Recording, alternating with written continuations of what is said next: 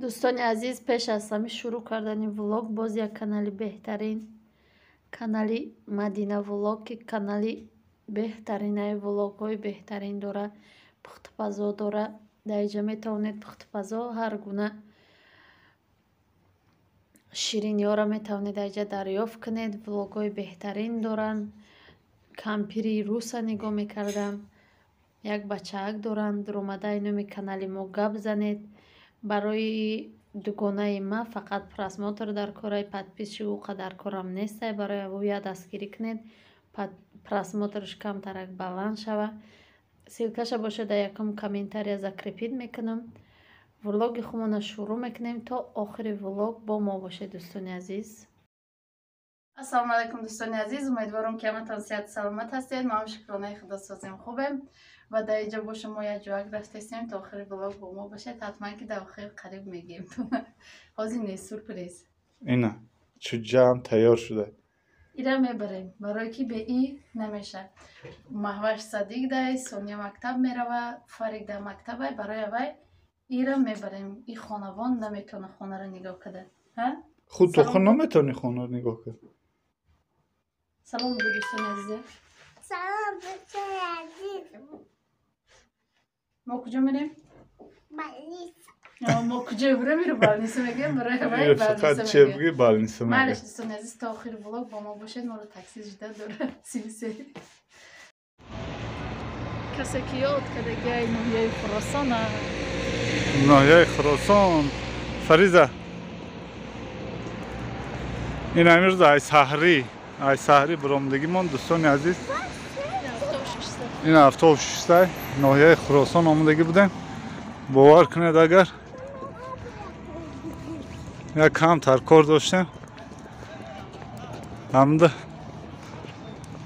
خیلی کاری دکومنت ختان میدانید. آخه باز تیار میکنه میگن یک ساعت میشینی با یک ساعت میشینی میگه یا به چه به یک ساعت دیگه بس همه خیلی روز بگشت. بیا گپ زن یگان چی هفته سن خونه نکارمون قریب که بچی کارا قریب بود. ماه دیگه دمونده. قریب که بود شد ماه دیگه دمونده نکه اساسیش بود کنیم. یا پرابلم اساسی خلاص شد. پرابلم اصلا خلاص شده. فریزر نگاه ورپشه اینمی بیچاره گودک مانده شده. ما رو دست چی میخوام؟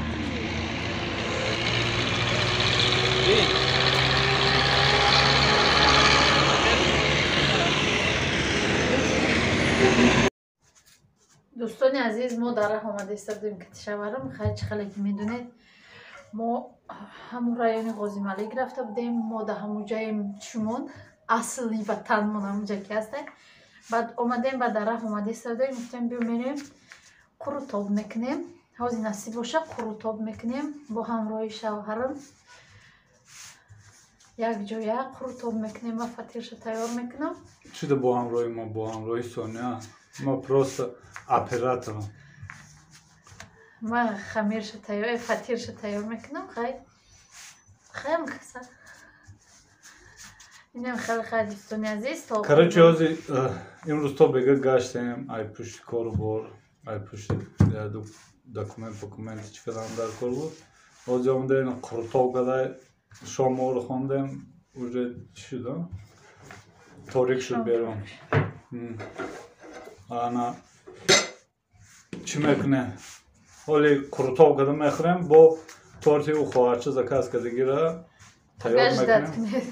تیار میکنیم که سهر قطعی و خواهرچه ده برده سپردن در کار.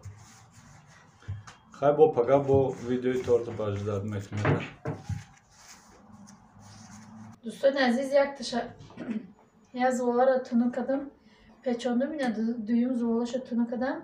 خیلی من روغنی هم خیلی علی نمی اندازم. بعد دست من بیچینه میکنم.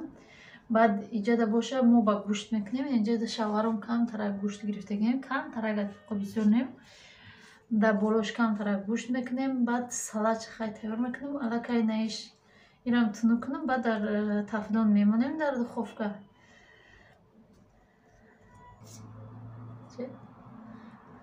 دوستان عزیز، شما بسیاری ما رو میبینید که ما خندیده هم خیلی шӯхӣ карда видео мекунем.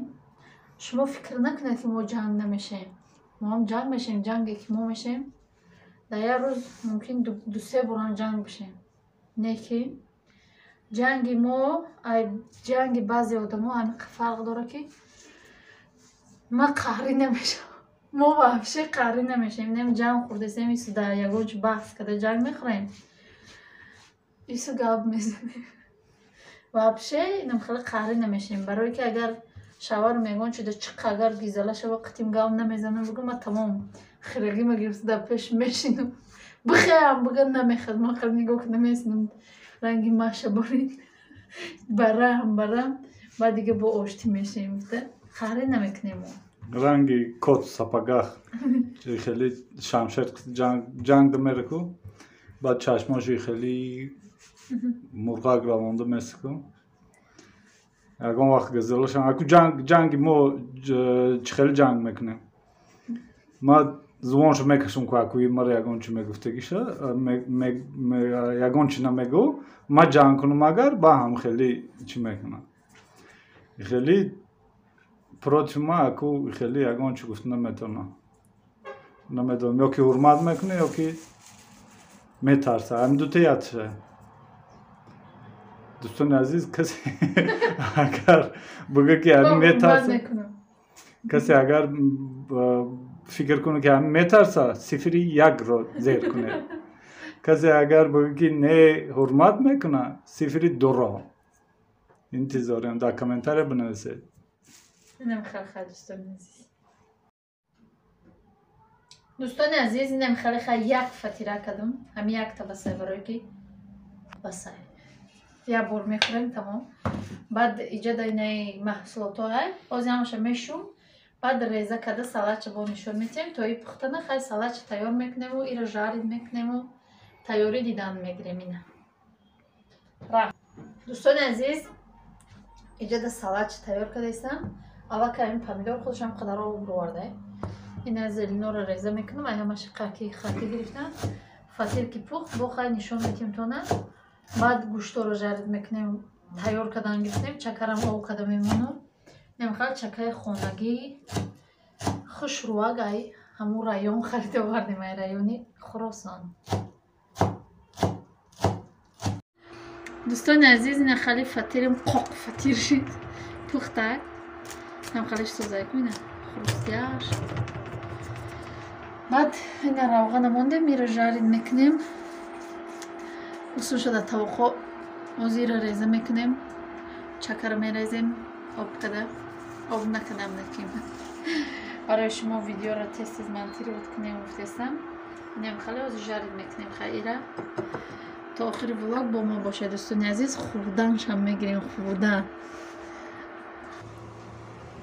این دوستان عزیز پارسای قرطابی ما تیار شد. گوشتش تیار نیست. سالات زلینش گفتی گپای چرکی چکش چکمون نم خیلی تیاره. فقط گوشتمون مونده از نشون میتونم.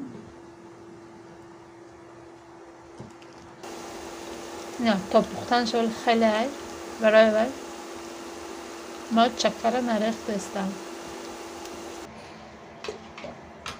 دوستان عزیز شروع میکنیم. گوشتمون تیار شده قریب.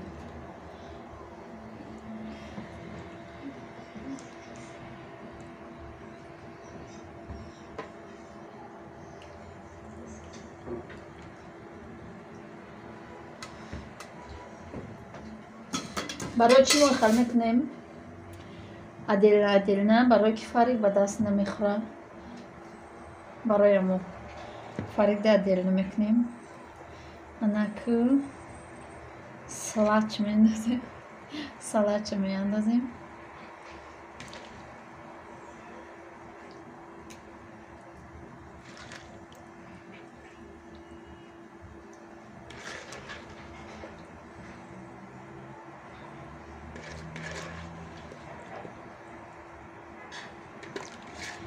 بیار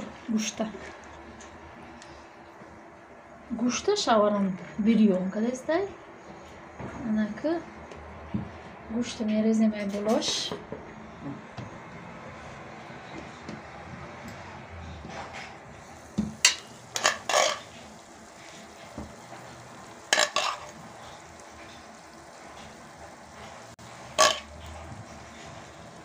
خرم خریده دوستان عزیز قروتابی یک جایگی ما جای قزقی کینا جای قزقی که جز گفتم میره اونو میره گرم کردیم.